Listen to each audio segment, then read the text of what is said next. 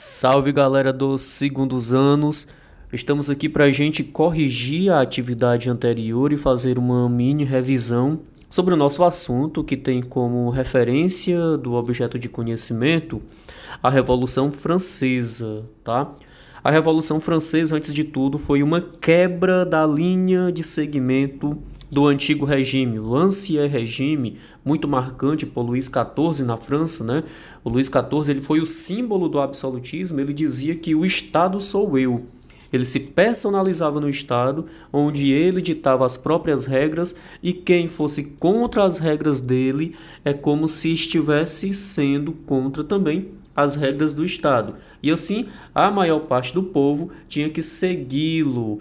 Ou seja, era um absolutismo monárquico daquela época do período onde a gente chama de monarquias modernas.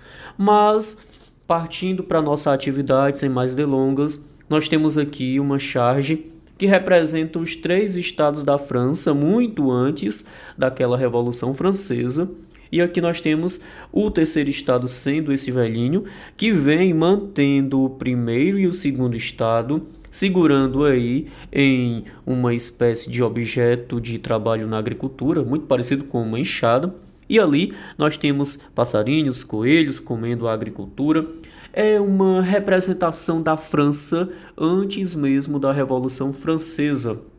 Lembremos que na época o primeiro estado, que era o clero, o povo da igreja, o povo que usufruía de uma riqueza e influência política muito grande, vivia se beneficiando dos impostos que o terceiro estado pagava. O terceiro estado, por sua vez, era composto por uma burguesia comerciante, uma burguesia industrial, por trabalhadores urbanos, como também por camponeses súditos. E quem pagava essa conta toda trabalhando era camponês produzindo, era o trabalhador urbano com um salário muito pequeno e o burguês comerciante que vivia pagando impostos pesados para manter a luxúria do clero e a luxúria da nobreza, que está sendo também representada em cima desse velhinho que é o terceiro estado. Então, o segundo estado era a nobreza. O primeiro o clero, o segundo a nobreza, os nobres, que por sua vez viviam em festas, usufruindo também do trabalho suado, dos camponeses, dos burgueses, do terceiro estado, tá bom? A França vinha com pesadas dívidas de guerras que tinha se envolvido, tinha que pagar essa conta. Quem pagava a conta era o terceiro estado, que vivia cansado e chateado com essa situação. O povo francês com influência iluminista passa a aderir à ideia de revolta e de revolução. A França passava por uma crise também de abastecimento e não bastasse isso, muitos coelhos estavam se proliferando, ou seja, aumentando, se reproduzindo, estavam comendo a pouca agricultura que lá existia.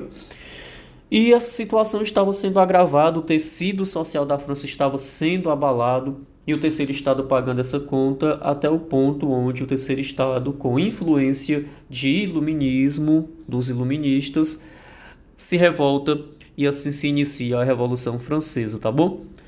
Essa caricatura é a obra de um artista francês anônimo, produzida no século XVIII, tematizando o contexto da Revolução Francesa.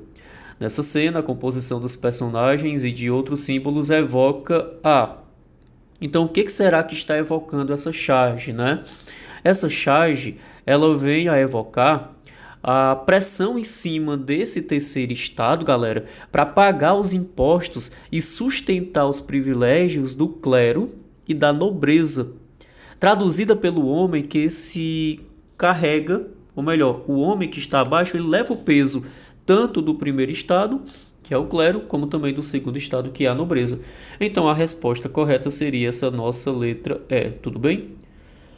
Próxima questão, nós temos o enunciado que fala o seguinte: fala-se muito nos dias de hoje em direitos do homem. Pois bem, no século XVIII, em 1789, precisamente, que uma Assembleia Constituinte produziu e proclamou em Paris a Declaração dos Direitos do Homem e do Cidadão. Essa declaração se impôs como necessária para um grupo revolucionário, por ter sido preparada para uma mudança no plano das ideias e da mentalidade, o iluminismo. Então, a Declaração dos Direitos do Homem e do Cidadão é um marco da Revolução Francesa. Por que é esse marco? Pelo fato de que, a partir desse momento que os súditos que eram obrigados a obedecer calados para o rei, a obedecer cegamente ao rei, eles agora terão direitos adquiridos, declarados, e esses direitos eles serão universais e eles zelam para o princípio da igualdade civil para todos. Essa igualdade seria garantida perante a lei. Então, a igualdade na lei serviria para todos, para o rico, para o pobre, para o camponês, para o trabalhador urbano, para o comerciante, para o burguês industrial. E os privilégios da nobreza, assim, seriam extintos, dando vez aos direitos em lei. Resposta correta aqui seria a nossa letra E. Universalização do princípio da igualdade civil. Então, gente, é isso. Fiquem com Deus e até uma próxima.